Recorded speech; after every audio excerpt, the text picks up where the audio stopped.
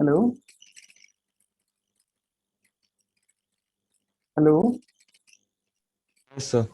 अब आ रही है आवाज? Yes sir. ओके, हाँ। तब तक डिसाइड कर लिया क्या करना था, कौन चैप्टर शुरू करूं?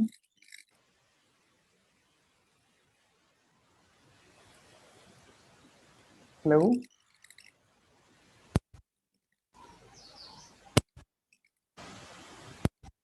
लास्ट से कर लेते हैं, वेव्स या ऑसिलेशन। Okay, done.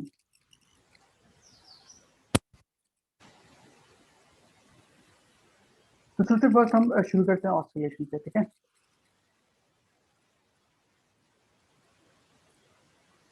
ओके।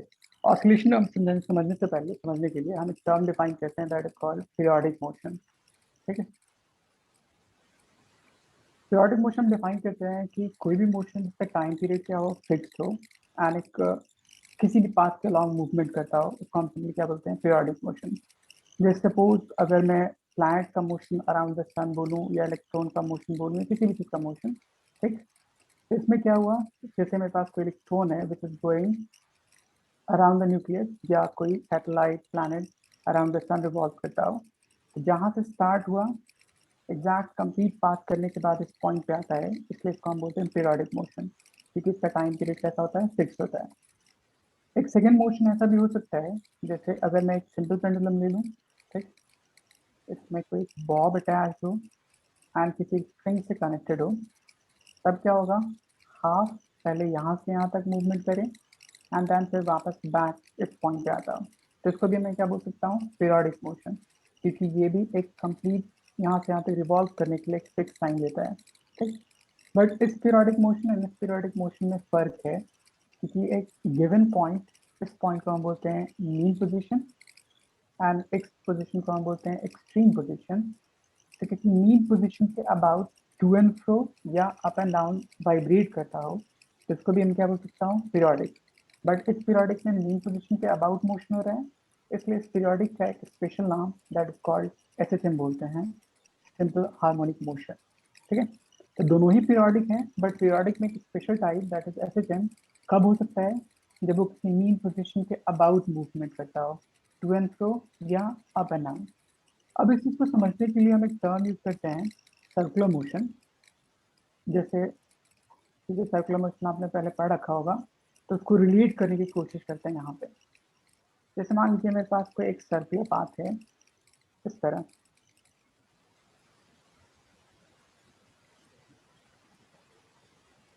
जब आप बोलना हो कुछ, तब माइक ऑन कर लीजिएगा, अभी माइक ऑफ कर लीजिए। ओके। जैसे मान लीजिए मेरे पास कोई सर्कुलर पाथ है, इस तरह, ठीक। मैंने क्या किया, कोई पार्टिकल जिसके अलॉन्ग मूवमेंट करता हो, उसका इंक्लिनेशन चेक करूं, वाई एक्सिस के लॉन्ग या एक्स एक्सिस के लॉन्ग कैसे बिहेव करता है, उसके हिसाब से। जैसे सपोज मेरे पास कोई पार्टिकल है, पहले किसी पॉइंट पे, कुछ देर बाद पार्टिकल किसी पॉइंट पे, एंड देन फिर कुछ देर बाद पार्टिकल इस पोजीशन पे मूव कर गया। तो इस पार्टिकल का प्रोजेक्शन अगर मैं फॉल कराऊं अलोंग वाई एक्सिस, तो प्रोजेक्शन का मतलब होता है उसका component along that particular axis. जैसे आपने वेक्टर में पढ़ा होगा, जैसे सपोज कर लीजिए मेरे पास कोई वेक्टर है इस तरह, तब हम क्या करते हैं, उस वेक्टर के कंपोनेंट को ब्रेक करते हैं। तो यहाँ से एक वर्टिकल लाइन ड्रॉ करते हैं एक्स एक्सिस के ऊपर, यहाँ से एक वर्टिकल लाइन ड्रॉ करते हैं वाई एक्सिस के ऊपर। तो ये मेरे पास यहाँ से यहाँ तक component is x component, and यहाँ से यहाँ तक ये टर्म वाई कंपोनेंट। तो सिमिलरली मेरे पास कोई पॉइंट यहाँ पे है, उसका अगर मैं प्रोजेक्शन फॉल कराऊँ वाई एक्सिस के ऊपर, तो वो कुछ इस पॉइंट पे होगा। थोड़ी देर बाद वही प्रोजेक्शन किसी इस पॉइंट पे होगा, एंड फिर इस पॉइंट पे पहुंच गया। मतलब अगर ये पार्टिकल स्टार्ट हुआ होगा इस पॉइंट से, तो इसका प्रोजेक्शन यहाँ पे इस पोजीशन पे है, तो इसका प्रोजेक्शन यहाँ पे इस पोजीशन पे है, तो इसका प्रोजेक्शन यहाँ पे एंड इस पोजीशन पे, तो इसी पॉइंट पे। तो इसके प्रोजेक्शन का अगर मैं मोशन देखूँ, तो यहाँ से यहाँ जा रहा है, यहाँ से यहाँ तक जा रहा है, एंड देन फिर मैक्सिमम तक जा रहा है।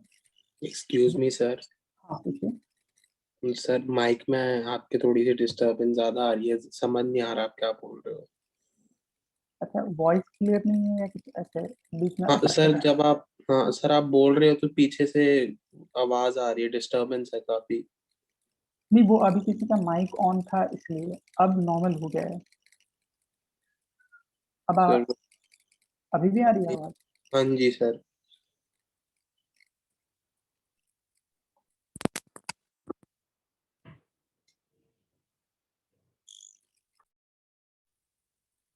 हेलो? हाँ जी सर।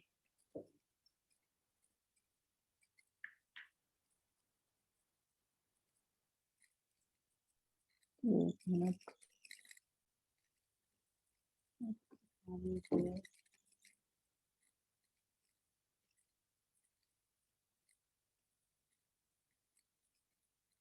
तो मेरी बात समझ नहीं आ रही है कि बीच में मतलब डिस्टर्बेंस है, तो मेरी बात समझ में सर आ पा रही है? डिस्टरबेंस ऐसे मतलब कांस्टेंट डिस्टरबेंस नहीं है, जब आप बोलते हो तो पीछे से आती है।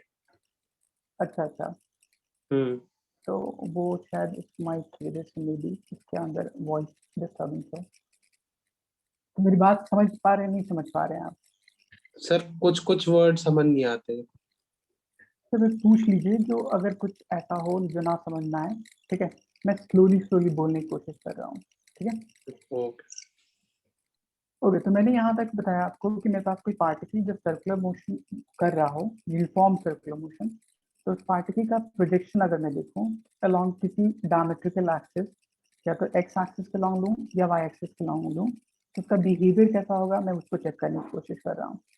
तो सपोज करिए मेरे पास अभी फर्स्ट क्वाड्रेंट में पार्टिकल ऐसे मूवमेंट कर रहा है, इस एक्सिस का लॉन्ग यहाँ से यहाँ तक गया। तब उस पार्टिकल का प्रोजेक्शन अगर मैं वाई एक्सिस का लॉन्ग देखा तो कुछ ऐसा बिहेव कर रहा है। सिमिलरली नेक्स्ट पाथ के लिए पार्टिकल किसी इस पॉइंट पे है, फिर किसी इस पॉइंट पे ये ऐसे मूवमेंट कर रहा है। तब इस मूवमेंट के लिए अगर मैं फर्दर प्रोजेक्शन फॉल कर रहा हूँ वाई एक्सिस के लॉन्ग, तो ये इस पॉइंट पे फॉल करेगा, इस पॉइंट पे फॉल करेगा, मतलब पार्टिकल या उसका प्रोजेक्शन इस तरह से मूवमेंट कर रहा है। सिमिलरली वो डाउनवर्ड जाएगा एंड देन फिर वापस अपवर्ड आएगा ओरिजिनल पोजीशन पे। तो अगर मैं इस बीच वाले पाथ को देखूं तो मैं क्या बोल सकता हूँ, टू एंड फ्रो या up and down about this given origin क्या कर रहा है, मूवमेंट कर रहा है। तो इसको भी मैं क्या बोल सकता हूँ, एसएचएम की तरह बिहेव कर रहा है। ठीक। तब हम सिंपली डिफाइन करते हैं कि कोई भी ऑब्जेक्ट जो यूनिफॉर्म सर्कुलर मोशन करता हो, उस पर्टिकुलर पार्टिकल के प्रोजेक्शन का मोशन अगर देखूं along any diametrical axis, either x axis, either y axis, तब वो एक एसएचएम की तरह बिहेव करता है। यहाँ तक बात समझ में आई सबको?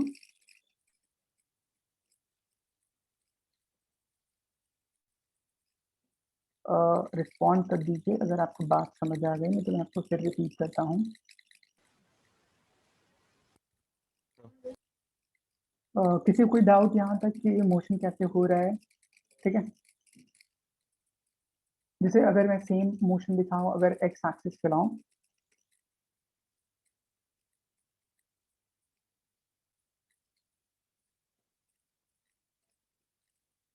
ये मेरे पास एक्स एक्सिस ले लीजिए, ये मेरे पास वाई एक्सिस, एंड उस पर्टिकुलर पार्टिकल का मोशन पहले किसी इस पॉइंट पे था, फिर किसी इस पॉइंट पे, फिर इस पॉइंट पे एंड फिर इस पॉइंट पे। तो उसके लिए अगर मैं प्रोजेक्शन फॉल कराऊं अलॉन्ग एक्स एक्सिस, तो इस पॉइंट पे है तो उसका प्रोजेक्शन यहाँ पे होगा, इस पॉइंट पे गया तो उसका प्रोजेक्शन यहाँ पे, एंड इस पॉइंट पे है तो उसका प्रोजेक्शन इस पॉइंट पे। मतलब उसका बिहेवियर पहले यहाँ से यहाँ तक गया, फिर यहाँ से यहाँ तक गया, एंड देन फिर वापस यहाँ से यहाँ तक गया।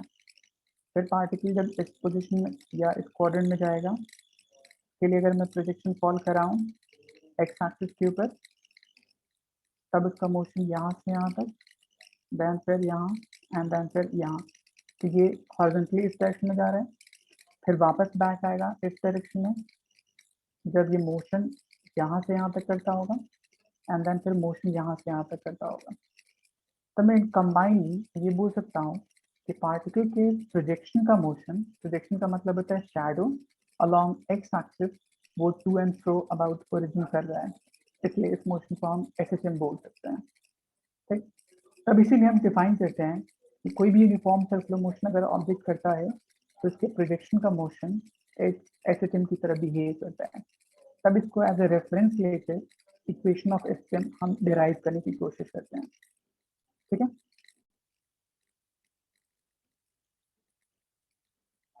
यहाँ तक किसी को कोई दिक्कत?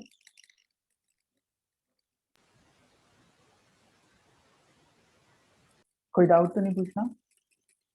ओके, अब मैं डिफाइन करता हूँ कि मेरे पास अब इस पे बेस्ड इक्वेशन कैसे डिफाइन कीजिएगा। तो हमने क्या किया, कोई भी सर्कुलर पाथ लिया, ठीक, जिसके अबाउट कोई पार्टिकल यूनिफॉर्म सर्कुलर मोशन कर रहा है, ठीक। तो इसके लिए एक फिक्स्ड एंगुलर वेलोसिटी होगी, सपोज कर लीजिए ओमेगा। तब मैंने पार्टिकल को कुछ ऐसे लिया क्योंकि इस पॉइंट पे है, तब मैं यहाँ से एक वर्टिकल लाइन ड्रॉ कर दूँ इस पॉइंट पे। तब इस ट्रायंगल को आप ऐसे ड्रॉ कर सकते हैं ताकि ये मेरे पास एंगल थीटा हो जाए। ये मेरे पास वर्टिकल लाइन, ये उसका रेडियस एंड ये उसका एक्स कॉम्पोनेंट। हाँ, कुछ पूछना था आपको? हेलो,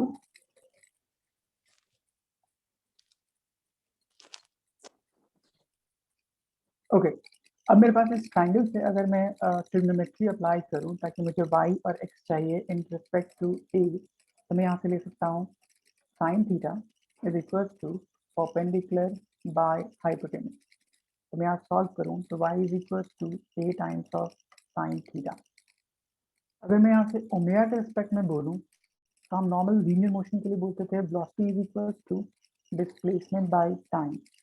तो अगर मैं एंगुलर वेलोसिटी ओमेगा लूँ तो उसको बोलते हैं थीटा अपॉन टाइम। तो theta is equal to omega into T लिख सकते हैं। तब इस वैल्यू को पुट कर दीजिए यहाँ पे, तो आपके पास इक्वेशन आ जाता है y is equal to a times sine omega into T. इसलिए ये इक्वेशन एक इक्वेशन ऑफ एसिस्टेंट को क्या करता है, डिफाइन करता है। सर हाँ, आपके माइक से काफी ज्यादा डिस्टरबेंस आ रही है, वो चर्पिंग सी आवाज आ रही है।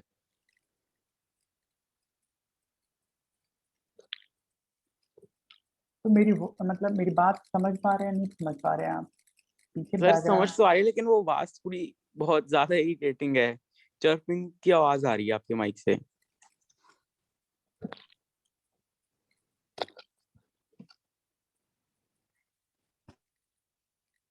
एक मिनट।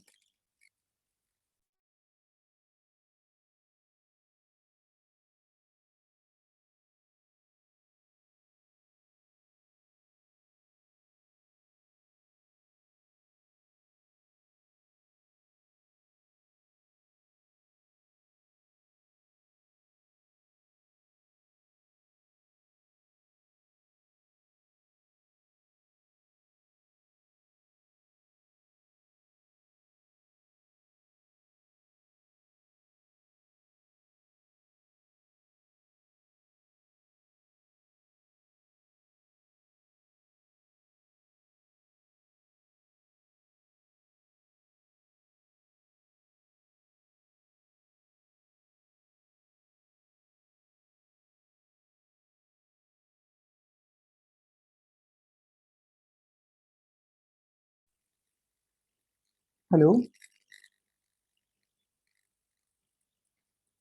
हेलो, अब आ रही है आवाज ठीक है? हेलो, सेम ही है। नहीं है। समझ पा रहे नहीं समझ पा रहे मेरी बात को? सर थोड़ी और बढ़ गई है आवाज। अच्छा, तो अब सही है ना? नहीं सर, वो वाली आवाज अच्छा, वो वाली आवाज बढ़ गई। डिस्टर्बेंस। अच्छा, एक मिनट।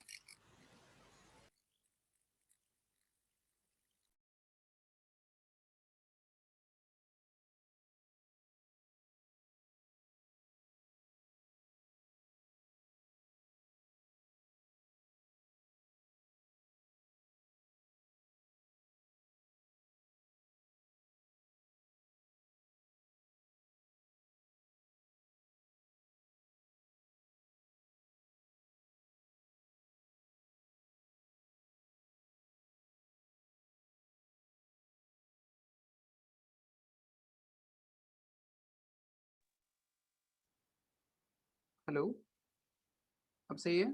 यस सर, बिल्कुल ठीक है। ओके ओके, शायद वो हेडफोन में दिक्कत थी। Okay next. तो हमने यहाँ तक सीख लिया कि मेरे पास कोई भी ऑब्जेक्ट अगर यूनिफॉर्म सर्कुलर मोशन में हो तो उसके प्रोजेक्शन के मोशन के बेस पे मैं इक्वेशन ऑफ एसएचएम डिफाइन कर सकता हूँ। बट किसी इक्वेशन को आप कैसे डिफाइन कीजिए कि वो एसएचएम है या नहीं, तो उसके लिए कुछ रूल मैं आपको समझाता हूँ, ठीक है।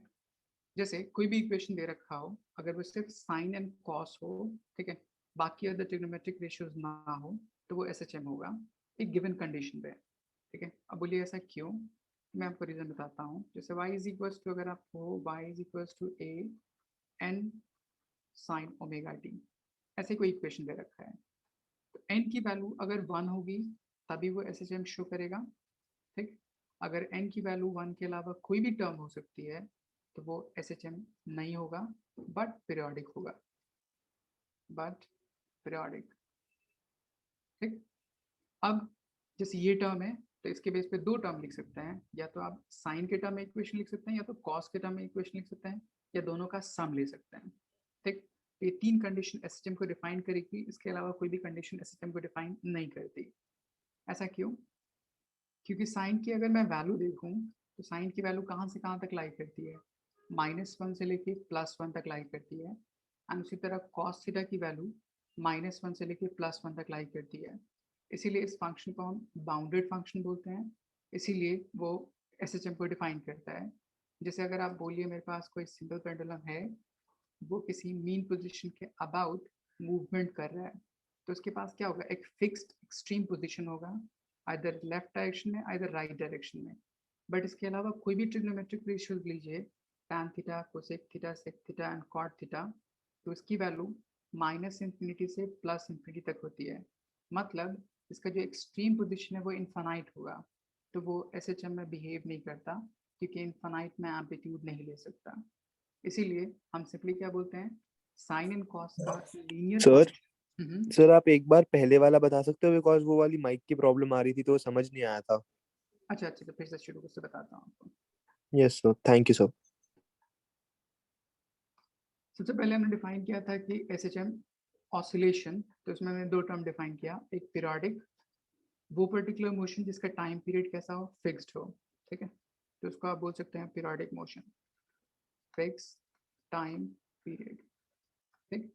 अब ये फिक्स टाइम पीरियड दो तरह से हो सकता है, या तो जैसे पार्टिकल यहाँ से स्टार्ट हुआ एंड कंप्लीट ट्रैवल करने के बाद फिर उसी पॉइंट पे आए एक फिक्स टाइम पीरियड के बाद t, तो ये भी एक पीरियोडिक मोशन होगा। एक दूसरा, यहाँ से अगर पार्टिकल स्टार्ट हुआ, एक बार स्विंग किया लेफ्ट साइड एंड देन फिर वापस स्विंग किया राइट साइड, फिर इसी पॉइंट पे आया, तो ये भी एक कंप्लीट टाइम पीरियड t लिया, तो उसको भी मैं क्या बोल सकता हूँ, पीरियोडिक मोशन। बट दोनों पीरियोडिक में थोड़ा सा डिफरेंस है। इस पीरियोडिक के लिए कंप्लीट पाथ ट्रैवल करने के बाद अपने ओरिजिनल पोजीशन पे आता है, बट ये पार्टिकल जहाँ से स्टार्ट हुआ, सपोज कर लीजिए मीन पोजीशन से, तो वो उसके अबाउट आइदर लेफ्ट डायरेक्शन में आइदर राइट डायरेक्शन में उसी के अबाउट टू एंड फ्रो या अप एंड डाउन करता है। इसलिए इस पीरियोडिक का एक स्पेशल नाम दैट इज कॉल्ड SHM बोलते हैं। तो SHM एक पीरियोडिक का एक स्पेशल टाइप होता है जिसमें उसका मोशन उस फिक्स पोजीशन जिसको हम बोलते हैं मीन पोजीशन के अबाउट हो, आइदर टू एंड फ्रो या अप एंड डाउन, तब उस मोशन को SHM बोलते हैं। तब इस चीज़ को क्लियरली समझने के लिए हम सर्कुलर मोशन यूज़ करते हैं, ठीक है, क्योंकि सर्कुलर मोशन आप ज़्यादा फेमिलियर होते हैं इसलिए। अब मैंने क्या कहा कि मान लीजिए मेरे पास कोई ऑब्जेक्ट है जो किसी इस पॉइंट पे है, ठीक है, तो उस पॉइंट के लिए अगर मैं प्रोजेक्शन फॉल कराऊँ, प्रोजेक्शन मतलब शैडो फॉल कराऊँ किसी भी एक्सिस के ऊपर, तो मैंने इस पार्टिकल के लिए एक प्रोजेक्शन फॉल कराया y एक्सिस के ऊपर इस पॉइंट पे, ठीक है, जैसे तो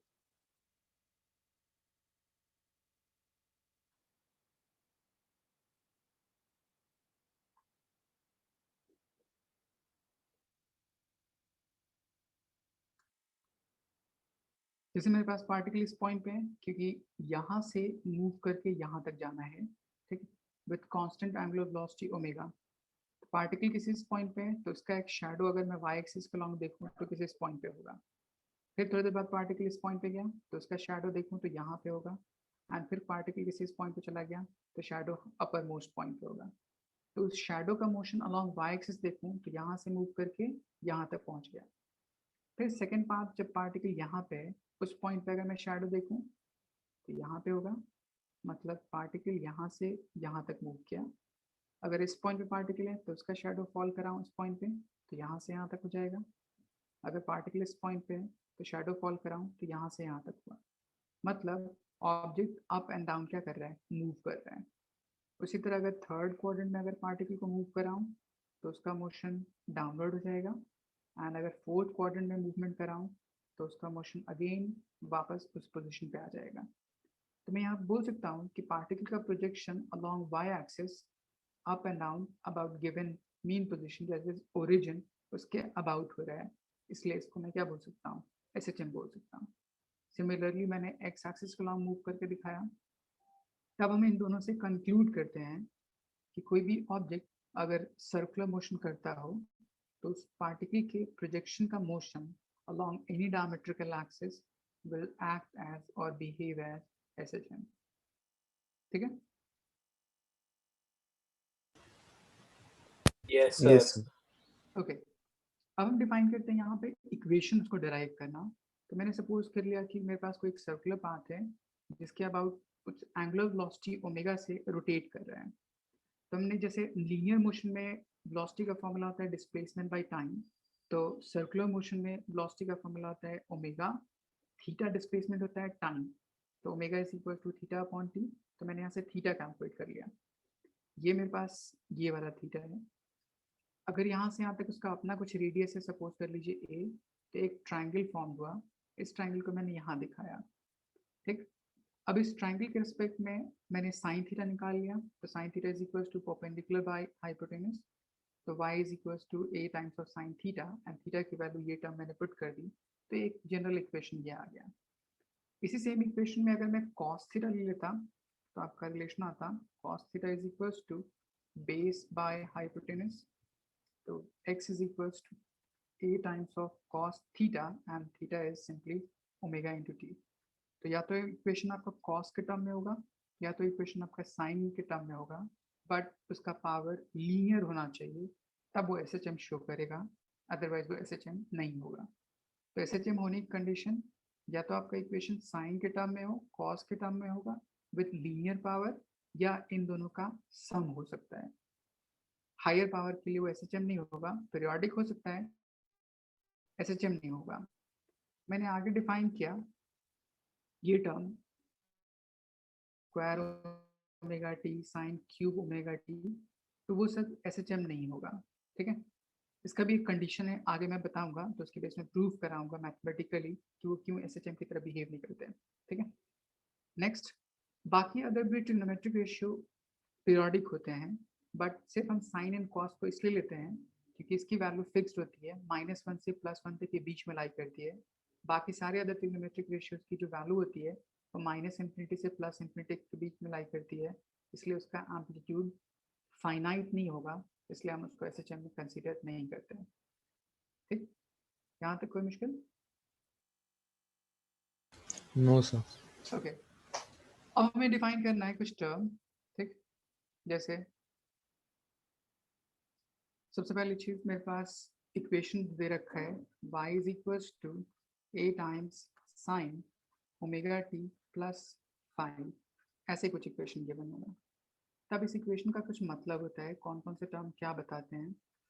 इस y को बोलते हैं हम लोग सिंपली डिस्प्लेसमेंट ऑफ पार्टिकल। ठीक, a को बोलते हैं हम लोग मैक्सिमम डिस्प्लेसमेंट, या इसी का मतलब होता है एम्पलीट्यूड।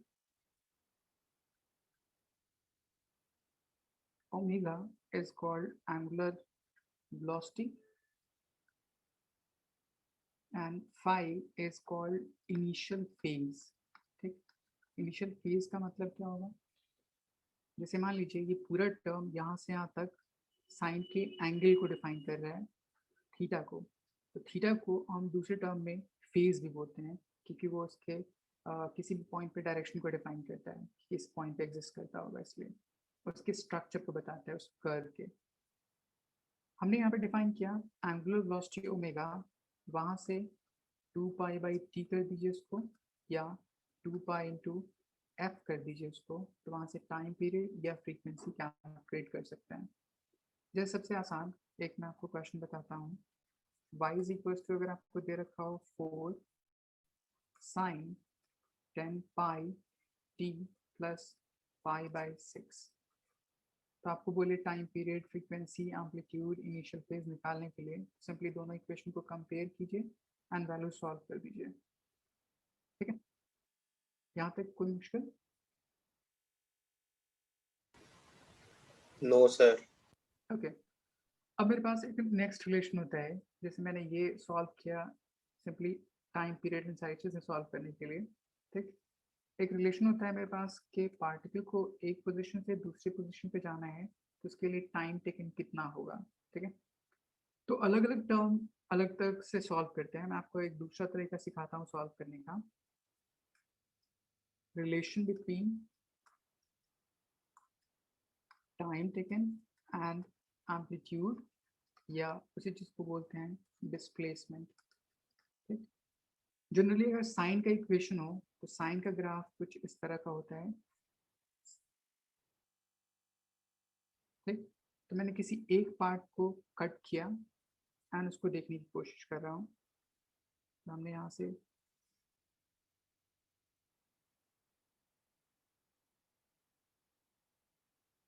हाफ पार्ट को कट करके ऐसे डिफाइन किया। अब इसकी वैल्यू देखो कहाँ पे मैक्सिमम, जैसे इस पॉइंट पे मैक्सिमम है तो ये मेरे पास किस टाइम को डिफाइन करेगा, और इसकी मैक्सिमम वैल्यू इस पॉइंट। ठीक, तो इसको बोलूँगा 1, या इसी चीज़ को बोल सकता हूँ ए, मैक्सिमम एम्पलीट्यूड। उसका हाफ इस पॉइंट को डिनोट करेगा, तो इसको बोल सकता हूँ a/2। ठीक, नेक्स्ट हो सकता है मेरे पास ये पॉइंट 45 डिग्री एंगल के लिए, तो उसको बोल सकता हूँ a/√2। ठीक, नेक्स्ट मैं ये पॉइंट बोल सकता हूँ, तो ये मेरे पास 60 डिग्री के लिए दैट इज √3a/2। अब इन सारे टर्म को टाइम के टर्म में कैसे ब्रेक करते हैं मैं आपको वो सिखाता हूँ। ठीक, जैसे सपोज कर लीजिए मेरे पास एक टर्म कि कोई भी एंगल अगर आपको डिग्री में दे रखा हो तो उसको रेडियन में पहले कन्वर्ट कीजिए, तो π/180 से मल्टीप्लाई कर दीजिए, वो कन्वर्ट कर जाएगा रेडियन के टर्म में। दूसरा, टाइम के लिए एक सिंपल इक्वेशन याद रखिए, p is equals to θ/2π times capital T। ठीक, सबसे फर्स्ट मैं a/2 के लिए देखूं, तो a/2 साइन के किस वैल्यू के लिए, तो a को हटा दीजिए, उसका कोएफिशिएंट कितना है 1/2। 1/2 का मतलब 30 डिग्री, तो ये मेरे पास जो एंगल होगा 30 डिग्री को रिप्रेजेंट करेगा। या उसी चीज़ को अगर मैं रेडियन के टर्म में बोलूँ तो π/6। इस π/6 को वैल्यू को यहाँ पुट कर दीजिए, तो पाई कैंसिल आउट, तो t की वैल्यू कितनी आ जाएगी t/12। तो मेरे पास फर्स्ट रिलेशन आया कि 0 से लेके a/2 तक जाने के लिए उसको टाइम टेकन कितना होगा t/12, where capital T is the time period of the SHM। ये समझ आया? आ गया सर। ओके, नेक्स्ट अगर मैं a/√2 लूँ इस पॉइंट पे, ठीक है, तो ये मेरे पास 45 डिग्री को रिप्रेजेंट करेगा। a हटा दीजिए, 1/√2, 1/√2 साइन 45 की वैल्यू 45 डिग्री इज π/4। इसको इस इक्वेशन में पुट कर दीजिए, पाई कैंसिल आउट, तो ये इक्वेशन आ जाएगा सिंपली t/8। उसी तरह आप इसको सॉल्व कर सकते हैं, 60 डिग्री π/3, पाई कैंसिल आउट, तो ये हो जाएगा मेरे पास t/6। ये मेरे पास 90 डिग्री π/2, पाई कैंसिल, तो मेरे पास टाइम पीरियड t/4। ये मेरे पास 0.18 डिग्री पाई कैंसिल आउट, तो इसका टाइम पीरियड t/2। तो ये मैंने एक जनरलाइज तरीका डिफाइन कर दिया किसी भी एक पॉइंट से दूसरे पॉइंट तक जाने के लिए टाइम डायरेक्टली आप कैसे फाइंड आउट कीजिएगा। अब आपको इसमें क्वेश्चन क्या बोलेगा, सिंपली आपका इक्वेशन दिया होगा y is equals to suppose a sine, and यहाँ पे मैंने लिखा 10πt। आपको बोलेगा find time taken to go from a/2 to a। Time period calculate कीजिए, टाइम टेकन a/2 से लेके a तक जाने के लिए कितना टाइम उसको रिक्वायर्ड होगा। तो सबसे पहले मैंने यहाँ से देखा ये टर्म ओमेगा को डिफाइन करता है, जो मैंने पीछे आपको इक्वेशन लिख कर दिखाया था। तो ओमेगा इज इक्वल्स टू 10π, इसको इक्वेट कीजिए 2π/t से, तो यहाँ से टाइम पीरियड की वैल्यू आ जाएगी कैपिटल T कितनी है। a/2 पोजीशन पे टाइम टेकन कितना है, ये टर्म है, एंड a वाले पॉइंट पे टाइम टेकन कितना है, ये टर्म है। दोनों को सब्ट्रैक्ट कर दीजिए, कैपिटल टी की वैल्यू ये टर्म पुट कर दीजिएगा, टी की वैल्यू आ जाएगी। आया समझ? हाँ जी सर आ गया। ओके तो इस तरह से हम टाइम पीरियड एंड एम्पलीट्यूड या डिस्प्लेसमेंट के बीच में डायरेक्टली हम सॉल्व कर सकते हैं किसी भी क्वेश्चन को, किसी भी एक डिस्प्लेसमेंट से दूसरे डिस्प्लेसमेंट तक बोले तब सॉल्व करने के लिए। नेक्स्ट अगली चीज होती है that is called superposition of two SHM. मतलब किसी दो एसएचएम को अगर मैं सम करूं तो क्या होगा, ठीक, उसका रिजल्टेंट वो फाइंड आउट करने के लिए, तो उसको हम बोलते हैं सुपरपोजिशन ऑफ टू एसएचएम। अब इसको दो तरह से सॉल्व करते हैं। पहली चीज कि दोनों एसएचएम सेम प्लेन में हो तब, दूसरी चीज कि दोनों एसएचएम डिफरेंट प्लेन में हो तब। तो पहले आपको मैं सेम प्लेन के लिए डिफाइन कर रहा हूँ। जैसे y is equals to a times of sine omega T है, and second equation y is equals to b times of sine omega T plus some phi है। ये कोई दो एसएचएम है जिनका मुझे सम करके रिजल्टेंट क्या होगा, इसके एम्पलीट्यूड पे क्या फर्क पड़ेगा, ये सब चीज चेक करना है। तो हमने क्या किया, डायरेक्टली दोनों को ऐड कर लिया। सुपरपोजिशन का मतलब सिंपली दो टर्म को ऐड करना होता है और कुछ भी नहीं। तो सिंपली ऐड कर लीजिए, pi sine omega T plus B sine omega T plus five. अब क्या करते हैं, इस टर्म को एक्सपैंड करते हैं। आपके ट्रिग्नोमेट्री पढ़ी होगी, ट्रिग्नोमेट्री में साइन ए प्लस बी की आइडेंटिटी डिफाइन होती है, ठीक है। तो मेरे पास टर्म होता है, तो वहाँ पे हमने फॉर्मूला पढ़ा था sine A plus B is equals to sine A cos B plus cos A sine B, ठीक। तब मैं इस टर्म को, अगर मैं इस टर्म को ब्रेक करूँ इस फॉर्मूले में, तो यही टर्म आ जाता है मेरे पास a times of sine omega T plus b times sign a cos b plus cos a times sign b। अगर ये b मल्टीप्लाइड में हो जाए तो मैं इसको मल्टीप्लाइड में ऐसे लिख सकता हूँ, तो ये b यहाँ पे आ जाएगा। अब क्या करते हैं, इन इक्वेशन से कुछ कॉमन करते हैं। जैसे यहाँ पे साइन ओमेगा टी एंड यहाँ sign omega T same term है, उसको कॉमन कर लीजिए। तो मेरे पास साइन ओमेगा टी मैंने कॉमन कर लिया, ठीक। बाकी सारी चीज़ों को एज इट इज रहने दिया, ब्रैकेट ए प्लस बी कॉस फाइव बच जाएगा आपका फर्स्ट टर्म से। सेकेंड टर्म, उसमें से कॉस ओमेगा टी अलग कर लीजिए, बाकी जो बच जाएगा वो आपका b times of sign five बचेगा। अब हम क्या करते हैं, यहाँ पे भी इस पूरी इक्वेशन को देखिए, तो साइन a cos b इस तरह के अरेंजमेंट में शो कर रहा है। तब हम क्या करते हैं, इसको लेट कर लेते हैं, इसको अज्यूम कर लीजिए some a times of cos delta, and इसको अज्यूम कर लीजिए some a times of sine delta. यही पूरा इक्वेशन अब आपका कुछ ऐसा दिखेगा, a बार एज अ कॉमन, यहाँ पे आ जाएगा sine omega t cos delta plus cos omega t and sine delta. तब ये पूरा कॉम्बिनेशन साइन ए प्लस बी के फॉर्म में, तो इसको मैं लिख सकता हूँ a times of sine omega T plus delta.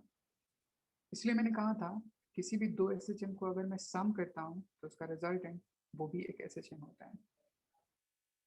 आया समझ?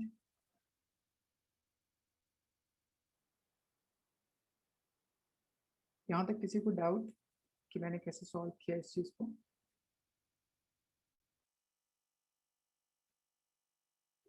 सर यहाँ डेल्टा क्या है? डेल्टा मैंने इसको रिप्रेजेंट करने के लिए, जैसे देखिए यहाँ पे a plus b cos phi है, इसको मैंने a टाइम्स कॉस डेल्टा एक अनदर एंगल के रिस्पेक्ट में लिया, सच दैट कि पूरे प्रोडक्ट इस पूरे टर्म के इक्वल हो जाए। ये मेरे पास कोई एंगल है। उसी तरह मेरे पास b times of sign five है, इसको पूरा टर्म इसके इक्वल लिख दिया ताकि ये टर्म और ये टर्म आपस में क्या हो जाए, इक्वल हो जाए। तो डेल्टा कोई भी एंगल या फेज बोल सकते हैं यहाँ पे। ठीक है सर। ठीक, जिसके बेस पे ये दोनों का प्रोडक्ट इसके इक्वल हो जाए और ये उसका प्रोडक्ट इसके इक्वल हो जाए। अब हमें सॉल्व क्या करना है, इस a की वैल्यू निकालनी है।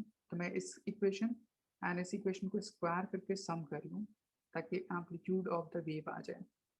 तो देखिए फॉर एम्पलीट्यूड मैंने स्क्वायर कर दिया तो हो जाएगा a square sine square delta plus a square cos square delta. First term ये जो था उसकी वैल्यू थी b times of sine phi plus ये जो टर्म था इसकी वैल्यू थी a plus b cos phi, तो उसका square a square b square plus 2ab ये टर्म हो जाएगा। अब हम क्या करते हैं, इन दोनों में से a स्क्वायर कॉमन कर लीजिए तो साइन स्क्वायर कॉस स्क्वायर 1 के इक्वल हो जाएगा। इस टर्म एंड इस टर्म में से b स्क्वायर कॉमन कर लीजिए तो साइन स्क्वायर कॉस स्क्वायर 1 हो जाएगा। So we left with a square plus b square plus 2ab cos 5। एक मेरे पास रिलेशन आ गया। तब मैं यहाँ से a की वैल्यू सॉल्व करूँ तो root under a square plus b square plus 2ab cos 5 एक एम्पलीट्यूड का इक्वेशन आ गया। तो मैं दो SHM को सम करूँ तो उसका रिजल्टेंट भी SHM होता है, तो उसका एम्पलीट्यूड का इक्वेशन इतना होता है कि हमने डिफाइन कर दिया। जैसे इसके बेस पे आपको एक क्वेश्चन बोलूँ, जैसे आपको बोलेगा suppose y is equals to 3 times of sine omega T plus 4 times of cos omega t. बोलिए इसका रिजल्टेंट क्या होगा, क्या ये SHM की तरह बिहेव करेगा, तो उसका एम्पलीट्यूड कितना होगा। ठीक है, तो मैंने अभी पीछे प्रूव किया किसी भी दो SHM को अगर मैं ऐड करता हूँ तो उसका रिजल्टेंट भी एक SHM होगा। अब मैंने ऐड करने का तरीका यहाँ पे डिफाइन किया कि उन दोनों इक्वेशन सेम टर्म में होना चाहिए। जैसे यहाँ पे साइन है, यहाँ पे भी साइन सेम टर्म होना चाहिए, तब हम इसको सॉल्व करते हैं। तो देखिए यहाँ पे मेरे पास इक्वेशन क्या है, एक साइन में है और एक कॉस में है। तो पहला काम क्या कीजिए, दोनों को सेम टर्म में ब्रेक करने की कोशिश कीजिए। तो इसको मैं ऐसे लिख सकता हूँ 3 times of sine omega T plus 4। हमने पढ़ा था कॉम्प्लीमेंट्री एंगल के लिए साइन एंड कॉस आपस में कन्वर्ट हो सकता है, तो मैं इस कॉस को डायरेक्टली साइन के टर्म में ब्रेक कर सकता हूँ।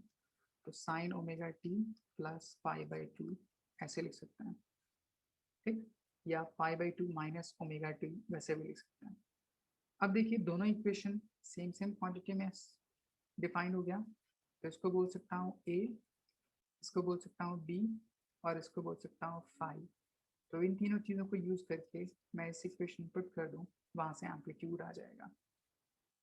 ठीक, तो इस तरह से आपको क्वेश्चन गिवन होगा कि दो SHM को सम करके जो रिजल्टेंट आएगा उसका एम्पलीट्यूड कितना होगा फाइंड आउट करने के लिए। यहाँ तक कोई दिक्कत?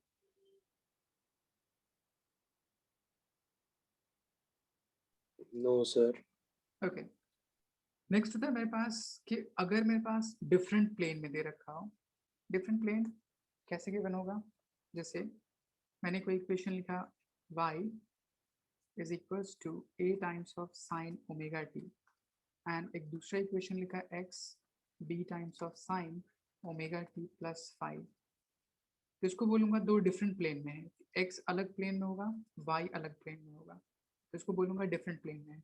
जब डिफरेंट प्लेन में दो SHM होता है तो उसका जो रिजल्टेंट होता है उसकी वजह से पाथ में चेंज आता है। ठीक है, तो ये दो डिफरेंट प्लेन में है, तो इसका जो रिजल्टेंट सॉल्व करते हैं तो उसका कुछ इक्वेशन आता है। ठीक है, some X square over A square Y square upon B square minus 2 times of X by A times Y by B and कुछ टर्म एंड देन फिर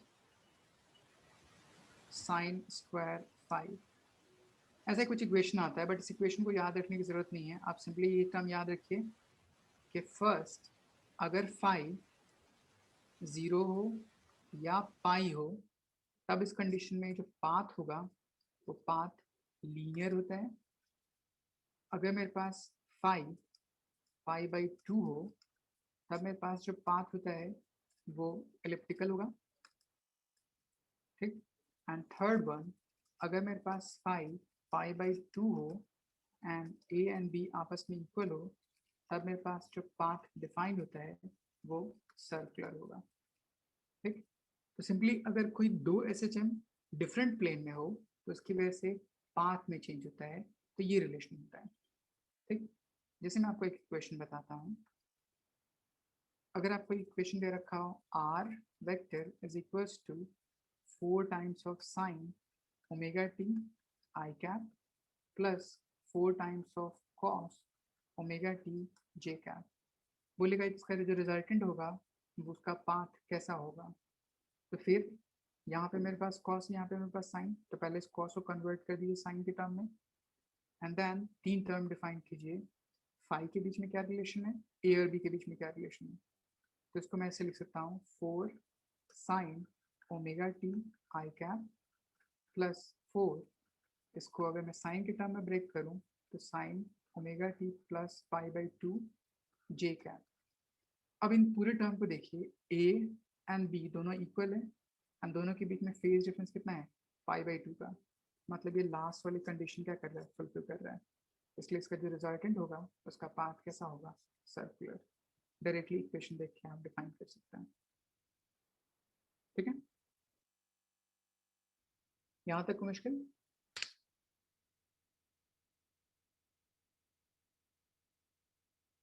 किसी कोई डाउट यहाँ तक तो नहीं? No sir. ओके, नेक्स्ट हम डिफाइन करते हैं।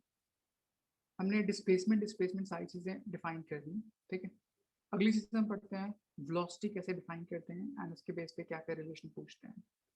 आपके पास इक्वेशन है y is equals to a times of sine omega t. Simply इसको डिफरेंशिएट कीजिए, टाइम के रिस्पेक्ट में वेलोसिटी की वैल्यू आ जाएगी। तो velocity is equals to dy by dt।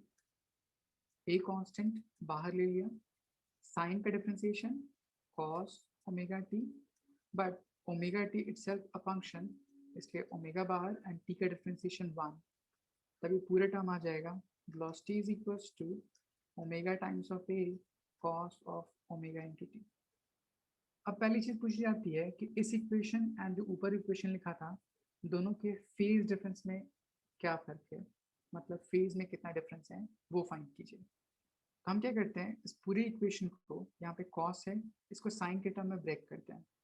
तो जैसे मैंने पीछे लिखा था तो इसको मैं ऐसे लिख सकता हूँ sine omega T plus pi by 2, क्योंकि sine 90 plus theta is equal to cos theta, इसलिए cos theta is equal to sine 90 plus theta लिख सकते हैं।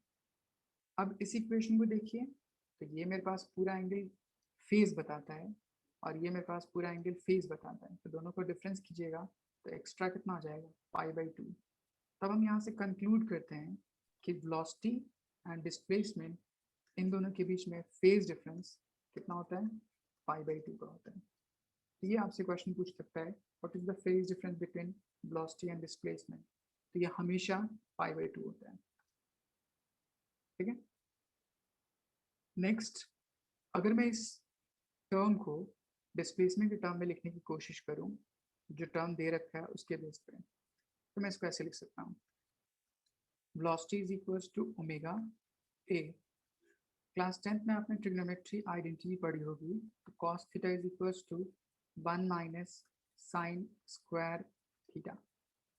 ए बाहर है, उसको अंदर मल्टीप्लाई कर दीजिए तो ये टर्म आ जाएगा omega root under a square minus a times of sine omega T उसका होल स्क्वायर, एंड इस पूरे टर्म को मैं y बोल सकता हूँ।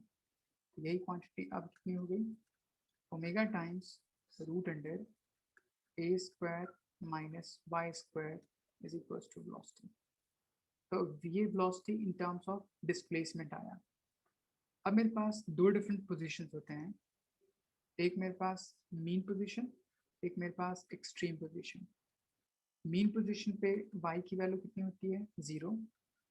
नेक्स्ट वन एक्सट्रीम पोजीशन पे y की वैल्यू कितनी होती है, मैक्सिमम। तो अगर मैं यहाँ पुट कर दूँ y की वैल्यू 0 तो ये टर्म 0, तो वहाँ पे वेलोसिटी मैक्स कितना हो जाएगा, ओमेगा ए, एंड अगर मैं a पुट कर दिया ए स्क्वायर माइनस ए स्क्वायर 0, तो वहाँ पे वेलोसिटी मिनिमम कितना हो गया, 0। तब यहाँ से हम कंक्लूड कर सकते हैं कि velocity of body mean position पे मैक्सिमम होती है एंड एक्सट्रीम पोजीशन पे मिनिमम होती है। ठीक, तो हमने वेलोसिटी के दो इक्वेशन डिफाइन किए, एक टाइम डिपेंडेंट एंड एक डिस्प्लेसमेंट डिपेंडेंट। यहाँ तक किसी को मुश्किल?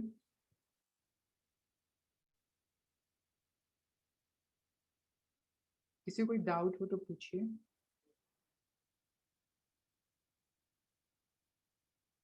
ओके, नेक्स्ट अगर मैं यहाँ से एक्सेलरेशन फाइंड करूँ तो हमने दो टर्म डिफाइन कर दिया, y is equals to first a times of sin omega t and second velocity is equals to omega times of a cos omega t। इसको एक बार और डिफरेंशिएट कीजिए ताकि आपको एक्सेलरेशन फाइंड आउट हो जाए। तो मैंने एक्सेलरेशन के लिए dv बाई dt कर दिया। ओमेगा एक कांस्टेंट है, कॉस का differentiation minus of sine and फिर ओमेगा का डिफरेंशिएशन ओमेगा टी का डिफरेंशिएशन 1, तब ये पूरा टर्म हो जाएगा a minus of omega square a times sign of omega T. अब मुझे इस टर्म को फर्स्ट इसके टर्म में रिप्रेजेंट करना है, बट यहाँ पे नेगेटिव है। तो हमने ट्रिग्नोमेट्री पढ़ी थी, तो फर्स्ट क्वाड्रेंट सेकंड क्वाड्रेंट में साइन की वैल्यू पॉजिटिव होती है, थर्ड क्वाड्रेंट में साइन की वैल्यू नेगेटिव होती है। एंड थर्ड क्वाड्रेंट में वैल्यू कैसे जाता है, अगर मेरे पास फर्स्ट क्वाड्रेंट है 0, सेकंड यहाँ पे पाई, तो इस वाले क्वाड्रेंट के लिए हम पाई प्लस थीटा लिखते हैं या थीटा प्लस पाई, इस क्वाड्रेंट के लिए पाई माइनस थीटा लिखते हैं। तो यहाँ पे चूंकि नेगेटिव है थर्ड क्वाड्रेंट में जाएगा, थर्ड क्वाड्रेंट के लिए इसको हम ऐसे लिख सकते हैं omega square A sine omega T plus pi लिख सकते हैं थर्ड क्वाड्रेंट को रिप्रेजेंट करने के लिए। तो अब मैं इस टर्म को रिप्रेजेंट करूं ताकि तीनों के बीच में फेज डिफरेंस की वैल्यू फाइंड आउट हो जाए। तो इसको मैंने लिखा था omega T plus pi by 2। तो अगर आपको तीनों इक्वेशन दिखता हो तो आप ये कंक्लूड कर सकते हैं कि फर्स्ट वन सिर्फ ओमेगा टी था, second one omega T plus pi by 2 था and third one is omega T plus पाई। मतलब डिस्प्लेसमेंट से पाई बाई 2 लीड कौन करता है, वेलोसिटी, उससे लीड पाई बाई 2 कौन करता है, acceleration. So velocity displacement and acceleration के बीच में टोटल फेज डिफरेंस कितना हो जाएगा, पाई।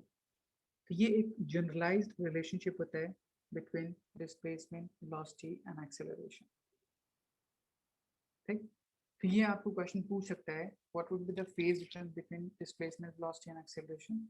आपको फाइंड आउट करने के लिए बोल सकते हैं, डायरेक्टली एक मार्क्स में क्वेश्चन पूछ सकता है। ठीक, यहाँ तक कोई दिक्कत? No sir. ओके, नेक्स्ट मेरे पास है, जैसे इक्वेशन आया था y is equals to minus of omega square a times sine omega t. इस पूरे टर्म को हमने कहा था y, तो इस इक्वेशन को लिख सकते हैं minus of omega square y। तो मैं यहाँ से जनरलाइज कर सकता हूँ कि acceleration directly proportional to negative of displacement. अगर ये कंडीशन किसी भी इक्वेशन के लिए आपको आता हो तो इसको बोलते हैं हम लोग कंडीशन ऑफ SHM। तो अगर आपको कोई भी इक्वेशन दे दें और आपसे पूछे कि show that whether it is performing SHM और नॉट, तो आप क्या कीजिए, दो बार डिफरेंशिएट कीजिए। अगर आपको ये रिलेशन आता है तो SHM होगा, अगर ये नहीं आता है तो SHM नहीं होगा। ठीक, इस चीज़ को एक दूसरी तरह से कैसे पूछ सकता है आपसे, जैसे मैंने कहा था velocity is equals to dy by dt लिखा था, तो मैं एक्सेलरेशन को लिख सकता था d over dt of velocity.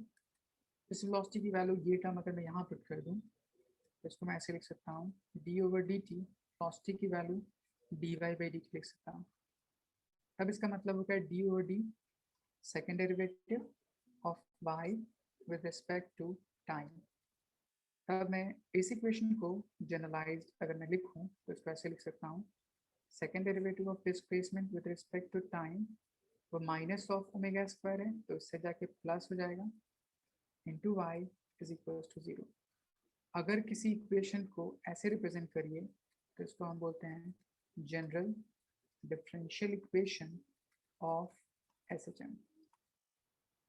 ठीक, तो ये जो कंडीशन ऑफ SHM मैंने लिखा था उसी चीज़ को मैथमेटिकली ऐसे भी रिप्रेजेंट कर सकते हैं, जिसको हम बोलते हैं general differential equation of SHM। तब यहाँ पे जो y है डिस्प्लेसमेंट, उसका जो ये कोएफिशिएंट होता है ओमेगा स्क्वायर, तो वहाँ से हम टाइम पीरियड निकाल सकते हैं, फ्रीक्वेंसी निकालते हैं। यहाँ तक कोई मुश्किल?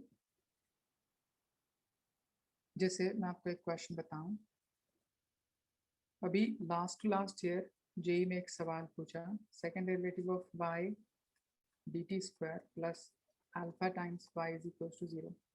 उसने पूछा find frequency of this SHM. तो मैं क्या बोल सकता हूँ, इस इक्वेशन को उस इक्वेशन के साथ कंपेयर कर सकता हूँ, second derivative this is equal to this.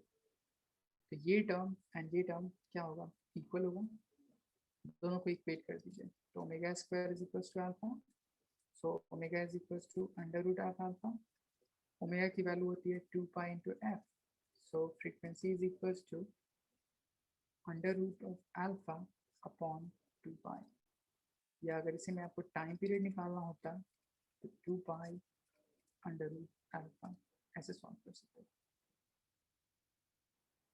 यहाँ तक कोई मुश्किल?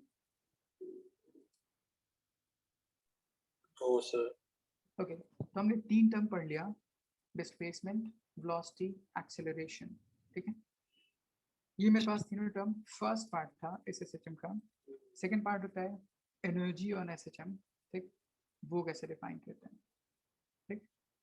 किसी को पीछे डाउट तो नहीं पूछना वेलोसिटी में, डिस्प्लेसमेंट में, एक्सेलरेशन में?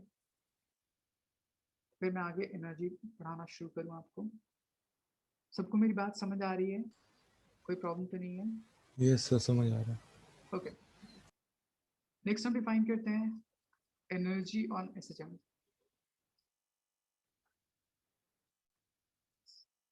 एनर्जी दो तरह के हम पढ़ते हैं, एक मेरे पास पोटेंशियल एनर्जी एंड दूसरा मेरे पास काइनेटिक एनर्जी। सबसे पहले potential energy, U is equals to half k x square. ये टर्म पढ़ा था आपने स्प्रिंग मास सिस्टम के लिए, कहाँ पे, वर्क एनर्जी एंड पावर एक चैप्टर पढ़ा था वहाँ पे, where k is called spring constant and y is called displacement। k की वैल्यू जो स्प्रिंग कांस्टेंट है वो m ओमेगा स्क्वायर के इक्वल होती है। ये मैं आपको आगे प्रूव करके दिखाऊंगा। तो इसी इक्वेशन को आप ऐसे लिख सकते हैं, half of m y square, ठीक। अब मैं यहाँ से दो टर्म डिफाइन कर सकता हूँ, एक बार मीन पोजीशन के लिए, एक बार एक्सट्रीम पोजीशन के लिए। तो इसको मैंने दो पार्ट में ब्रेक कर लिया, mean position and extreme position. Mean position पे y की वैल्यू 0, एक्सट्रीम पोजीशन पे y की वैल्यू a। इसको पुट कर दीजिए यहाँ पे, यहाँ पे पोटेंशियल एनर्जी कैसी हो जाएगी, मिनिमम, एंड यहाँ पे पोटेंशियल एनर्जी कैसी हो जाएगी, maximum, half of m omega square a square, ठीक। तो ये पोटेंशियल एनर्जी इस तरह से वेरी करता है। इस टर्म को एक और तरह से भी ऐसे रिप्रेजेंट कर सकते हैं, y की वैल्यू जो इक्वेशन ऑफ डिस्प्लेसमेंट था उसको पुट कर दीजिए। So potential energy is equal to half of m omega square, y की वैल्यू थी a times of sine omega t उसका स्क्वायर, तब ये पूरा टर्म हो जाएगा half m omega square a square sine square omega t। हम क्या करते हैं, साइन स्क्वायर ओमेगा t को नॉर्मल लीनियर पावर में कन्वर्ट करने की कोशिश करते हैं।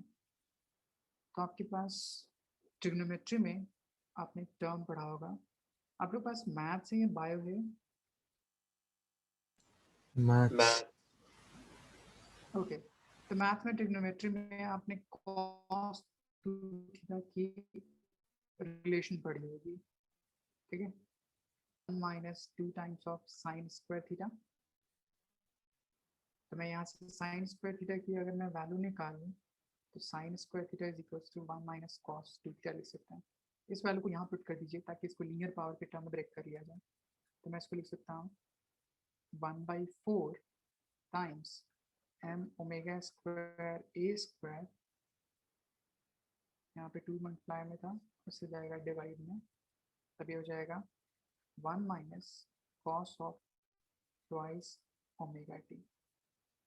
अब इससे मैंने क्या डिफाइन किया मैं आपको वो बताता हूँ। मेरे पास नॉर्मल इक्वेशन ऑफ डिस्प्लेसमेंट ये होता है, ठीक। इस इक्वेशन में देखिए यहाँ पे ओमेगा है सिर्फ, बट यहाँ पे पोटेंशियल एनर्जी के टर्म में 2 ओमेगा हो गया, मतलब एंगुलर वेलोसिटी डबल हो गई। तो इसका टाइम पीरियड क्या हो जाएगा, हाफ, फ्रीक्वेंसी डबल। तो एक क्वेश्चन पूछता है कि अगर मान लीजिए कि time period of an SHM is 10 second, तो what would be the time period of its potential energy? तो आप बोलेगा 5 सेकेंड, क्योंकि पोटेंशियल एनर्जी का टाइम पीरियड डिस्प्लेसमेंट का टाइम पीरियड का हाफ हो जाता है, फ्रीक्वेंसी डबल हो जाती है। आया समझ? मैं आपको समराइज करके आगे लिख भी दूंगा। मैंने यहाँ पे प्रूव करके दिखाया कैसे फ्रीक्वेंसी डबल हो रही है, टाइम पीरियड हाफ हो रहा है। ओके, नेक्स्ट टर्म होता है अगर काइनेटिक एनर्जी डिफाइन करूँ, ठीक। काइनेटिक एनर्जी सिंपल होता है formula half of m v square. तो इसको लिख सकते हैं हाफ एम, वी की वैल्यू अगर मैं ओमेगा वाले टर्म में लिखूं तो उसको लिख सकते हैं ओमेगा स्क्वायर ए स्क्वायर माइनस वाई स्क्वायर, ऐसे लिख सकते हैं।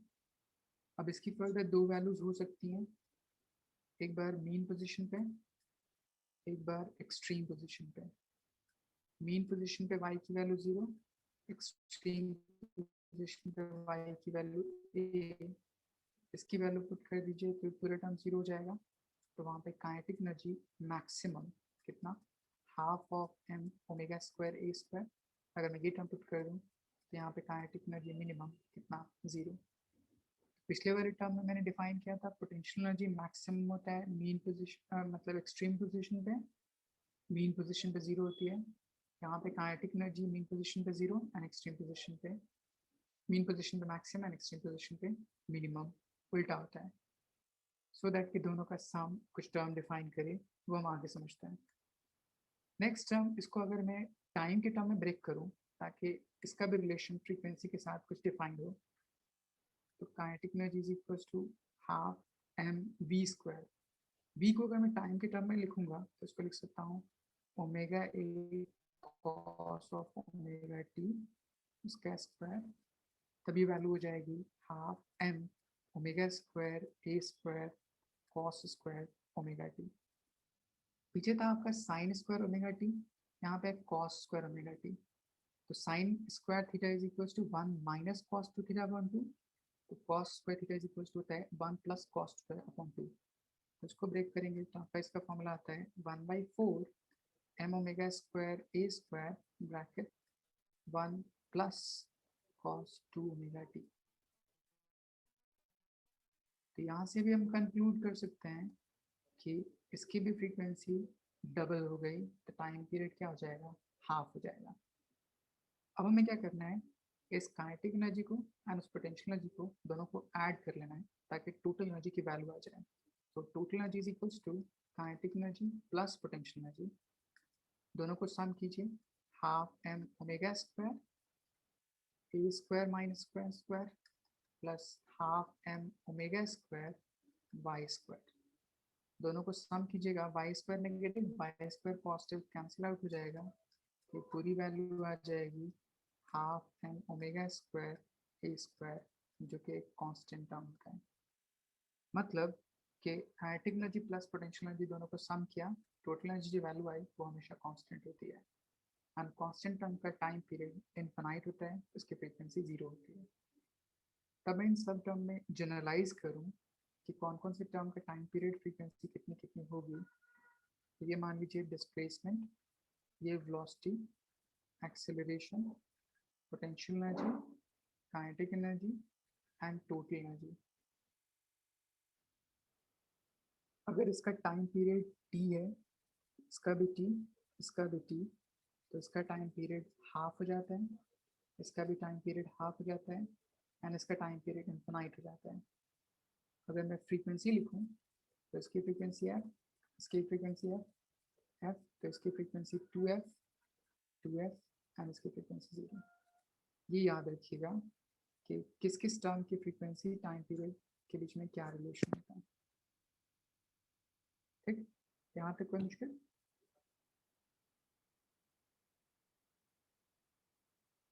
Hello, no sir. ओके। अब मैं अगर इन सब का ग्राफ प्लॉट करके दिखाऊं आपको, ठीक है? एक्सक्यूज मी सर, हाँ पूछिए। सर आपने पोटेंशियल और काइनेटिक एनर्जी में ये जो सिर्फ टाइम और फ्रीक्वेंसी के रिलेशन निकाले, ये एक बार फिर से एक्सप्लेन कर दोगे? ओके देखिए, मैंने आपको यहाँ दिखाया कि डिस्प्लेसमेंट है, डिस्प्लेसमेंट के लिए ओमेगा आ रहा है, that is called angular velocity. तो ओमेगा से हम टाइम पीरियड निकाल सकते हैं, फ्रीक्वेंसी निकाल सकते हैं। पोटेंशियल एनर्जी के लिए मैंने सॉल्व किया, तो पोटेंशियल एनर्जी के टर्म में मेरे पास 2 ओमेगा आया, मतलब पोटेंशियल एनर्जी की फ्रीक्वेंसी डबल हो जाती है as compared to its displacement.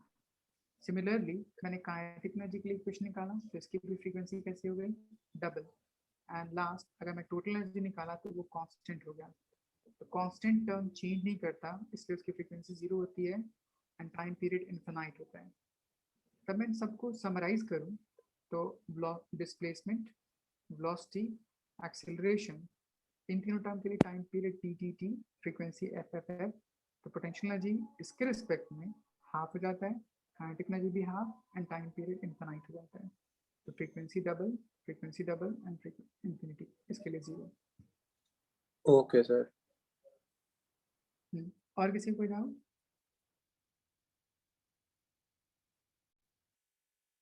एक मिनट का गैप, ठीक है, फिर मैं कंटिन्यू करता हूँ।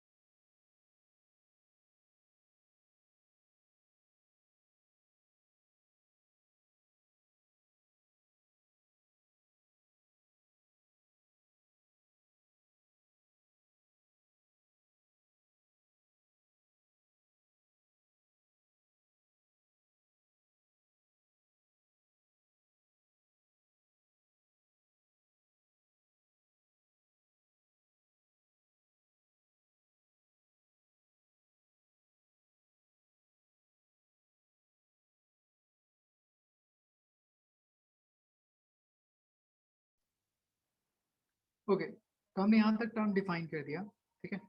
अब इसके बाद अगली चीज़ होती है, दैट इज एनर्जी डिफाइन करने के बेस पे ग्राफ इसका प्लॉट किया जाए कैसे। मैं आपसे ग्राफ प्लॉट करके दिखाता हूँ। तो एक मेरे पास होता है बेस मिनिमम एनर्जी,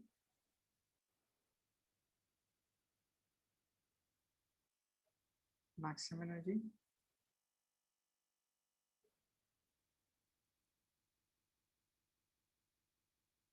दो टर्म, एक मेरे पास काइनेटिक एनर्जी, एक मेरे पास पोटेंशियल एनर्जी।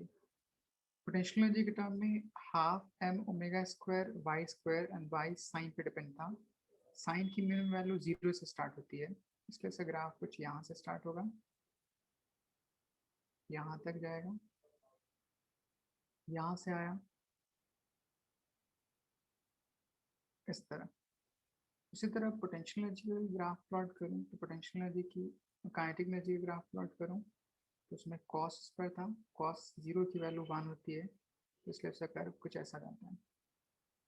तब यहाँ पे 3 टर्म डिफाइन करता है, फर्स्ट ये जो रेड वाली लाइन है वो पोटेंशियल एनर्जी, ये मेरे पास लाइन काइनेटिक एनर्जी, एंड ये मेरे पास dot dot line total energy, ठीक, फ्रॉम जीरो पोजीशन से लेके ये मेरे पास डिस्प्लेसमेंट बताता है y या x। इस पॉइंट पे दोनों आपस में इंटरसेक्ट कर रहे हैं, तो इस पॉइंट को डिफाइन करूं तो ये पॉइंट है जहाँ पे काइनेटिक एनर्जी पोटेंशियल एनर्जी दोनों इक्वल होती है, एंड वहाँ पे टोटल एनर्जी का हाफ होता है। जब दोनों को इक्वेट कीजिएगा तो पोजीशन फाइंड कीजिएगा तो उसकी वैल्यू आ जाएगी a/√2, यहाँ पे फाइंड कीजिएगा तो हो जाएगा -a/√2। तो अगर आपसे क्वेश्चन पूछे find displacement of body where kinetic energy and potential energy are equal, तो हम यहाँ से इस तरह से निकाल सकते हैं। बाकी 3/4 1/4 कुछ भी पूछे तो सिंपली उसकी इक्वेशन पुट करके इक्वेट करके सॉल्व कर सकते हैं, ठीक। तो ये मेरे पास एक ग्राफ या रिलेशन, इस ग्राफ में ABC देकर पूछ सकता है कौन सा ग्राफ किस टर्म को रिप्रेजेंट करता है, ठीक है। तो यहाँ तक आपको एनर्जी डिफाइन करना था, ठीक। नेक्स्ट लास्ट पार्ट इस पर्टिकुलर सिस्टम का, उसको हम बोलते हैं कैलकुलेशन ऑफ टाइम पीरियड, ठीक, calculation of time period.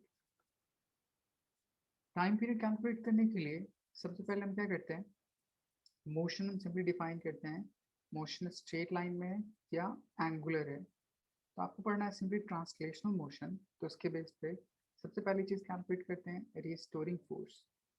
Restoring force की वैल्यू कैलकुलेट कीजिए इन terms of minus of k into x. तो x का जो कोएफिशिएंट है उसको हम k बोलते हैं, that is called restoring force.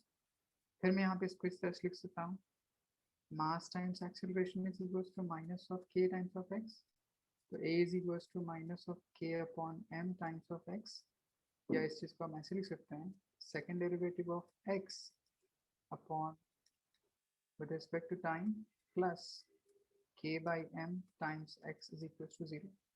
ये पूरा टर्म ओमेगा डिफाइन करता है।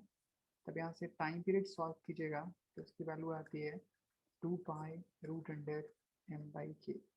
where m is mass of the body and k is spring constant। तो सिंपली किसी भी इक्वेशन के लिए हम ये रूल अप्लाई करते हैं, देन वहाँ से k निकालते हैं, इस इक्वेशन पुट कर देते हैं, टाइम पीरियड कैलकुलेट हो जाता है, या फ्रीक्वेंसी कैलकुलेट करना तो उसका रेसिप्रोकल ले लीजिए।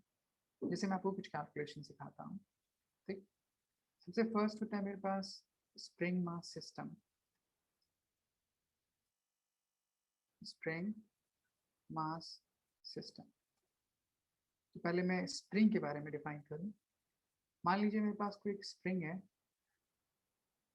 इस तरह, ठीक, तो इसका अपना कुछ एरिया ऑफ क्रॉस सेक्शन होगा A, एंड इसकी अपनी कुछ लेंथ होगी यहाँ से यहाँ तक L। तब इसके लिए स्प्रिंग कांस्टेंट, इसका फॉर्मूला होता है YA अपॉन L। तो ये स्प्रिंग कांस्टेंट L का कैसा है, इनवर्सली प्रोपोर्शनल। अब अगर आपको सवाल पूछे कि if a spring is divided into 2 equal halves, तो एक पार्ट कितना हो जाएगा L/2, ये पार्ट कितना हो जाएगा L/2। तो स्प्रिंग कांस्टेंट k डैश मान लीजिए या फर्स्ट स्प्रिंग कांस्टेंट मान लीजिए, तब इसकी वैल्यू कितनी हो जाएगी, formula k is equals to YA upon length, length कितनी हो गई L/2, तो 2 पर चला जाएगा, इस पूरे की वैल्यू किसके इक्वल है, k के इक्वल, तो पूरा टर्म कितना हो जाएगा 2k। तो मैं यहाँ से कंक्लूड कर सकता हूँ कि अगर मैं स्प्रिंग को डिवाइड करूँ इक्वली तो उसका स्प्रिंग कांस्टेंट इंक्रीज कर जाता है। सिमिलरली अगर मैं k2 की वैल्यू कैलकुलेट करूँगा तो वो भी कितना हो जाएगा 2k। कुछ कितने भी सेगमेंट में डिवाइडेड हो तो इस तरह पुट करके स्प्रिंग कांस्टेंट की पहले वैल्यू सॉल्व कर सकते हैं। अब मुझे स्प्रिंग कांस्टेंट पता चल गया, तब हम इसका कॉम्बिनेशन पढ़ते हैं। 2-3 तरह से कॉम्बिनेशन पूछ सकता है, एक को बोलते हैं सीरीज कॉम्बिनेशन, एक को बोलते हैं पैरेलल कॉम्बिनेशन, एक को फ्री एंड, ठीक, अलग अलग तरह से कैसे हो सकता है। जैसे फर्स्ट वन, मैंने एक स्प्रिंग लिया ये, एक सेकेंड स्प्रिंग लिया ये, मैंने एक ब्लॉक अटैच कर दीजिए यहाँ पे इस तरह, ये मेरे पास पोजीशन, यहाँ जहाँ से स्टार्ट होता है दैट्स कॉल्ड मीन पोजीशन। तो इसका स्प्रिंग कांस्टेंट K1, इसका स्प्रिंग कांस्टेंट K2, इसकी अपनी कुछ नेचुरल लेंथ होगी दैट इज L01 यहाँ से यहाँ तक, एंड इसकी अपनी कुछ नेचुरल लेंथ होगी L02 यहाँ से यहाँ तक। अब मैं क्या करूँ, इसको स्ट्रेच करूँ उस पर्टिकुलर स्प्रिंग को, तो स्ट्रेच करने पे क्या फर्क पड़ेगा, फर्स्ट स्प्रिंग थोड़ा एलोंगेट करेगा, कुछ यहाँ तक गया, सेकंड स्प्रिंग एलोंगेट किया, यहाँ तक चला गया, बॉल यहाँ पहुँच गया, मतलब ये पोजीशन। अब हम क्या करते हैं, इसके दोनों डिस्प्लेसमेंट को चेक करते हैं। फर्स्ट स्प्रिंग की एक्चुअल लेंथ L01 थी, उसमें x1 डिस्प्लेसमेंट हुआ, यहाँ से यहाँ तक लेंथ हो गई। सेकंड L02 थी, उसमें x2 डिस्प्लेसमेंट हुआ, यहाँ से यहाँ तक। तो अगर मैं नेट डिस्प्लेसमेंट इसमें और इसमें देखूँ, जो कि यहाँ से यहाँ तक हुआ, that is called x net, वो किसके इक्वल हो जाएगा, x1 प्लस x2 इक्वल। तो मैं यहाँ से x इज इक्वल्स टू या x equivalent is equals to x1 plus x2 ले सकता हूँ। अब मेरे पास फॉर्मूला आता है f is equals to minus of k into x. तो x की वैल्यू निकालूँ तो f अपॉन k, ये मेरे पास कॉम्बिनेशन जिसमें डिस्प्लेसमेंट चेंज कर रहा है। मेरे पास स्प्रिंग मासलेस होता है, तो हर पॉइंट पे जो फोर्स होगा वो क्या होता है, इक्वल। तो आप बोल सकते हैं इस कॉम्बिनेशन में कि फोर्स सेम है बट डिस्प्लेसमेंट वो कैसा है, डिफरेंट। तब इस कॉम्बिनेशन को हम बोलते हैं सीरीज कॉम्बिनेशन ऑफ स्प्रिंग। तब यहाँ पे वैल्यूज पुट कर दीजिए, x is equals to f by k, ये हो जाएगा f by k equivalent with negative sign, f by k 1, f by के 2, f कैंसिल आउट, तो ये पूरा टर्म हो जाएगा 1 by k equivalent is equals to 1 by k 1 and 1 by के 2। तो हमने यहाँ से डिराइव कर लिया कि सीरीज कॉम्बिनेशन में अगर स्प्रिंग हो तो उसका कॉम्बिनेशन नॉर्मल रेसिप्रोकल करके रेजिस्टेंस जैसे हम सम करते थे वैसा कुछ रिलेशन आता है। ठीक, यहाँ तक कोई मुश्किल?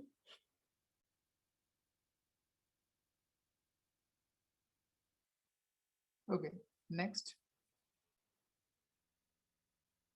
होता है मेरे पास पैरेलल कॉम्बिनेशन। एक मिनट, मैं पीछे से कुछ पेजेस को हटाता हूँ।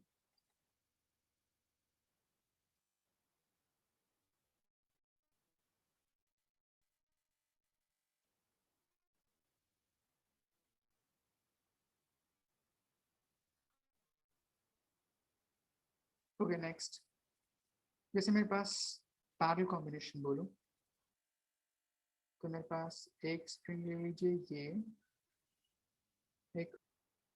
एक ब्लॉक यहाँ पे इस पॉइंट पे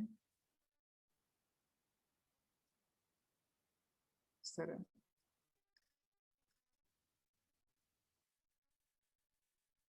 इसका स्प्रिंग कांस्टेंट K1 एंड इसका स्प्रिंग कांस्टेंट K2।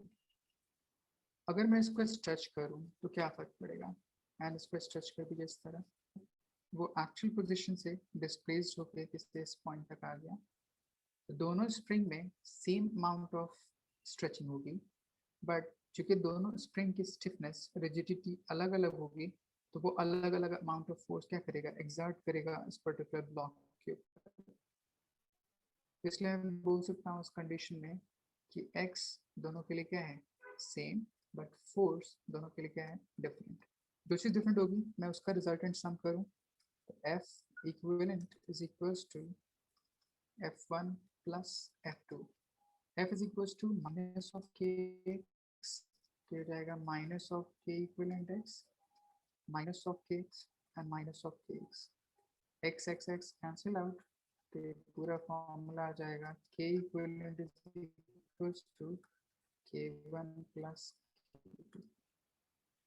मतलब पैरेलल कॉम्बिनेशन के लिए नॉर्मली एक मैं अनदर टर्म बताता हूँ पैरेलल कॉम्बिनेशन के ऐसे पूछ सकते हैं।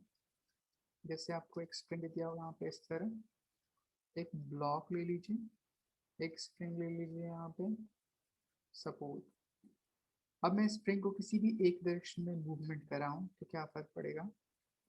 तो ये मेरे पास सपोर्ट है, इसको एक डायरेक्शन में स्ट्रेच करा दीजिए यहाँ पे, तो दूसरे डायरेक्शन में वो कंप्रेस्ड हो जाएगा,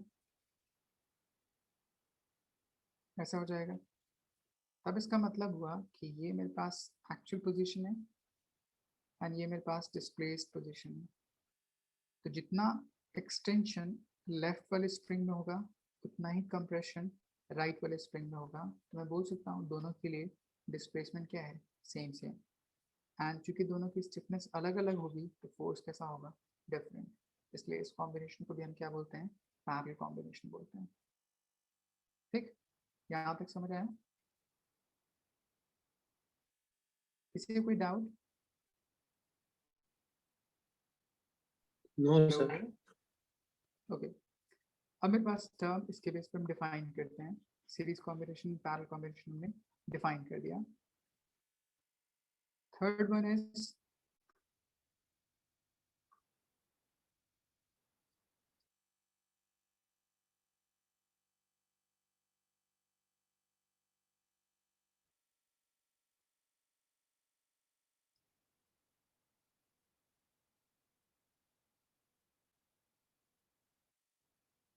नेक्स्ट एक टर्म होता है इसको हम बोलते हैं फ्री एंड।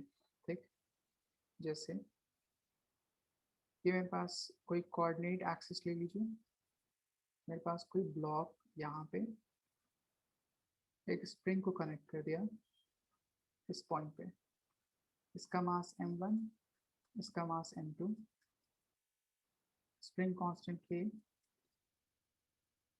सबसे पहले मेरे पास यहाँ पे इसका पोजीशन होगा that is called x01 and इसका पोजीशन होगा x02। ये उसका इनिशियल पोजीशन है। अब मैं क्या करूँ, उस स्प्रिंग को स्ट्रेच कर दूँ। ठीक है, जैसे ही मैं स्ट्रेच करूँगा तो वही स्प्रिंग अब कुछ यहाँ ब्लॉक शो करेगा, इस स्प्रिंग में स्ट्रेचिंग हो जाएगी, ये ब्लॉक यहाँ चला आएगा। तब अगर मैं इसके रिस्पेक्ट में कोऑर्डिनेट देखूँ तो ये कोऑर्डिनेट हो जाएगा x1 एंड ये कोऑर्डिनेट हो जाएगा x2। तो अगर मैं फर्स्ट ब्लॉक का नेट डिस्प्लेसमेंट देखूँ तो इन दोनों का डिफरेंस हो जाएगा। सेकंड ब्लॉक के लिए अगर मैं नेट डिस्प्लेसमेंट देखूँ तो इन दोनों का डिफरेंस हो जाएगा। तो अगर मैं x नेट डिफाइन करूँ तो फर्स्ट वाले ब्लॉक में हो जाएगा x01 minus of x1 and अगर मैं सेकंड डिस्प्लेसमेंट के लिए बोलूँ तो हो जाएगा x2 माइनस x02। अब क्या कीजिए, इस टर्म में एक्सीलरेशन मुझे निकालना है तो डिस्प्लेसमेंट को डिफरेंशिएट कर दूँ। एक्सीलरेशन क्यों? क्योंकि मुझे फोर्स चाहिए ताकि फोर्स के बेस पे मैं स्प्रिंग कांस्टेंट को पुट कर सकता हूँ। इसको दो बार डिफरेंशिएट कर दीजिए। तो जैसे इसको दो बार डिफरेंशिएट करूँगा एक्स नेट को ऐसे, तो ये टर्म मेरे पास एक कांस्टेंट टर्म है, तो कांस्टेंट टर्म का डिफरेंशिएशन कितना हो जाएगा? 0 माइनस इसकी वैल्यू हो जाएगी सेकंड डिफरेंशिएशन ऑफ x1, ये term second derivative of x2 and ये टर्म अगेन 0। ठीक, विद नेगेटिव साइन। अब मेरे पास ये टर्म नेगेटिव आया, ये टर्म पॉजिटिव आया। देखिए इसका मतलब अगर ये ब्लॉक इधर जा रहा है तो इस पर फोर्स इधर की तरफ एक्ट करेगा, ये ब्लॉक इधर जा रहा है तो इस पर फोर्स ऑफ रीस्टोरिंग इधर की तरफ एक्ट करेगा। तो एक्सेलरेशन सिंपली इक्वल होता है force by mass. Same he spring है तो दोनों पॉइंट पे जो फोर्स होगा same same, but direction opposite होने की वजह से उसके हिसाब से तो ये मेरे पास F अपॉन नेट मास और टोटल मास बोलते हैं म्यू। ये टर्म मेरे पास नेगेटिव। ठीक, इस ब्लॉक के लिए तो उसको बोलूँगा F अपॉन m2। अब अगर मैं कोऑर्डिनेट सिस्टम लूँ, ठीक, नेट एक्सेलरेशन के बेस पे या नेट डिस्प्लेसमेंट के बेस पे, तो ये जो दोनों एक दूसरे के ऑपोजिट डायरेक्शन में है, तो किसी एक को पॉजिटिव मानिए दूसरे को नेगेटिव, या दूसरे को नेगेटिव मानिए पहले को पॉजिटिव, तो यहाँ पे ये नेगेटिव कैंसिल आउट हो जाता है क्योंकि ये दोनों ऑपोजिट डायरेक्शन में है, तो दोनों का डायरेक्शन सेम हो जाता है, इसलिए हम यहाँ पे बीच में प्लस ले लेते हैं। F F F cancel out हो जाएगा, तो पूरा रिलेशन आ जाएगा 1/μ is equals to 1/m1 and 1/m2। तो ये मेरे पास एक रिलेशन होता है किसके लिए, किसी भी फ्री एंड के लिए। तो हमने तीन तरह से कॉम्बिनेशन पढ़ा, एक मेरे पास सीरीज कॉम्बिनेशन, एक मेरे पास पैरेलल कॉम्बिनेशन और एक मेरे पास फ्री एंड। तो इन तीन तरह से कोई भी एक तरह से आपको क्वेश्चन पूछ सकता है कि उसका टाइम पीरियड कितना हो सकता है या फ्रीक्वेंसी कितनी हो सकती है। आया समझ? Yes sir. ओके, तो इतना पढ़ के रखिएगा, क्या मैं और आगे पढ़ा दूं? ठीक है, एक दो टॉपिक और बाकी है इसमें, simple pendulum and damping and damping, chapter खत्म हो जाएगा। यहाँ तक कुछ समझ आया आप लोगों को? Yes sir. ठीक है, तो आप इतना पढ़ के रखिए, फिर नेक्स्ट कल कंटिन्यू करते हैं इसके बाद। ठीक है, फिर मैं इस चैप्टर खत्म कराने के बाद आपको वेव्स पढ़ा दूंगा। ठीक है, okay sir, okay, thank you sir. Thank you sir.